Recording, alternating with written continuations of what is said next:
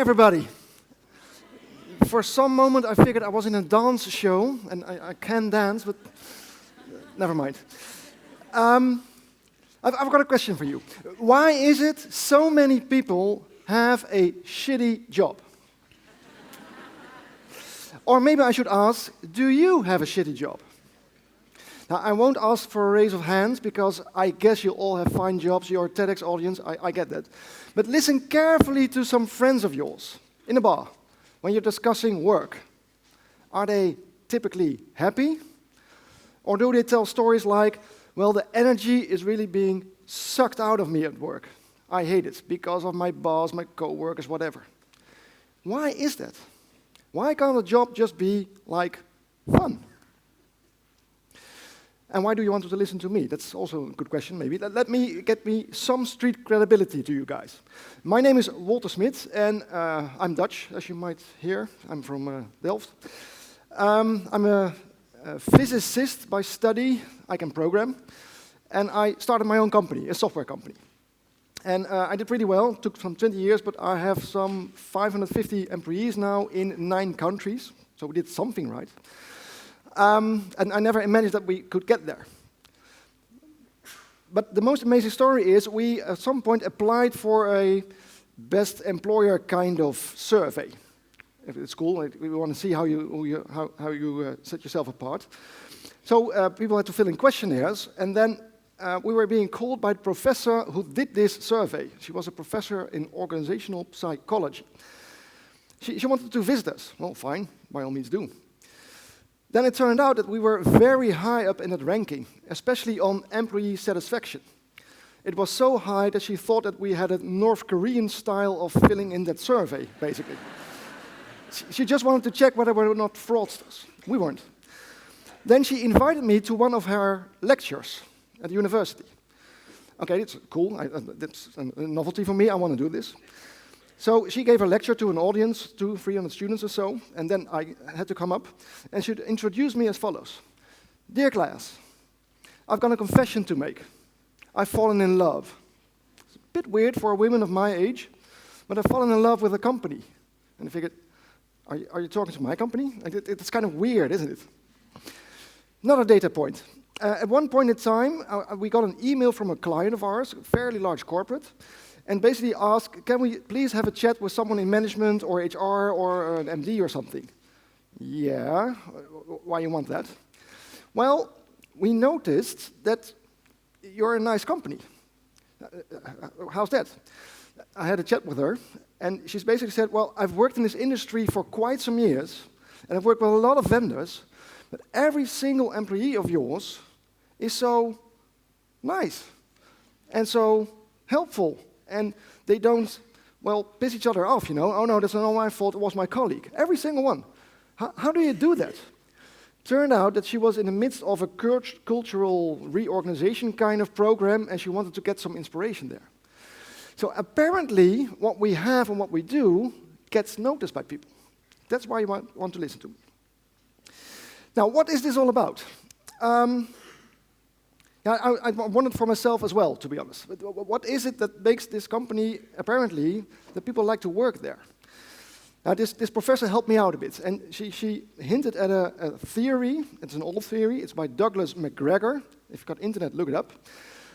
It's from the 60s, and it's a fairly simple theory. I like that, to be honest.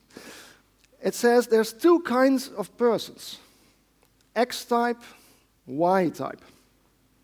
And the X-type are the ones that think that people do not want to work at all. They hate work. The only way you can get them to work is by the stick and carrot method. And the Y kind of people think people want to work because they think it's fun. It's a enjoyable thing to work. Now ask for yourself, are you X or Y? I won't ask hands. I guess you're TEDx, so a Y, right? And I figured, yeah, that's it. I fundamentally believe in the Y type. I fundamentally believe that people want to work, that it's fun, that I don't need the stick and carrot. And by the way, I'm very lousy at using the stick, so it doesn't work for me anyway. So it's easy, right? You just have a company that thinks Y is it, and then you're done. No, that's not how it works. That would be fluffy, right? That would be tea drinking, llama hugging, world peace kind of stuff. And that's not how it works. But I started to realize that we did something which promoted that. And that something was very simple employee selection. We just took great effort in picking employees that fitted that why model. We were looking for why kind of people. And how do we do that? That's very simple. A, you take very big troubles in talking to people who want to work for you, for your new applicants. And if I mean a lot of talking, I mean a lot of talking. So like we do 2 interviews of 2 hours each with 2 of us for every single applicant. And the first interview is only about soft stuff, about your history, about your life. And what I realized, what we did in interviews, is talk to people, and I wanted to see a blink in their eye somewhere in their life. I wanted to be very happy about something they did. And I don't care what. It could be organizing a football tournament, a party, joining a voluntary organization, anything. But I want to see that blink. I want to see that you're engaged with something. Because if you can do that, you might be able to do it in my company as well. I made my errors there. It's not that we could do it in one go. I had some painful things there, but in the end, we started to get there. So what basically happened is, if you got a lot of people and you handpick them that are Y type, they are going to be, let's use the word self-propelled. You don't have to do anything. They're just having fun doing their jobs. Oh yeah, and you got to have them a bit smart, of course. That helps as well. And if you have that, you can just let them go. You can give them freedom, because they won't misuse it, because they're having fun doing their job. So if you come to our offices, yes, we have the obligatory, what you have at the Wii station and foosball and everything. And some people think when they join for a tour the company, oh, I get it, you're a fun company because you've got those gimmicks. No. That's not it. The gimmicks are there because people said, hey, Wolter, can we have a football table?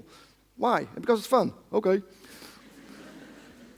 And they're playing with it, and no, we're not checking on them, because it's just awesome if you can just relax at some point in time, if you're fed up with what you were doing, and have a chat with your colleagues. And by doing so, the good thing is you get an exchange of ideas again, and you get to know your coworkers better. It's just more fun. So handpick the people.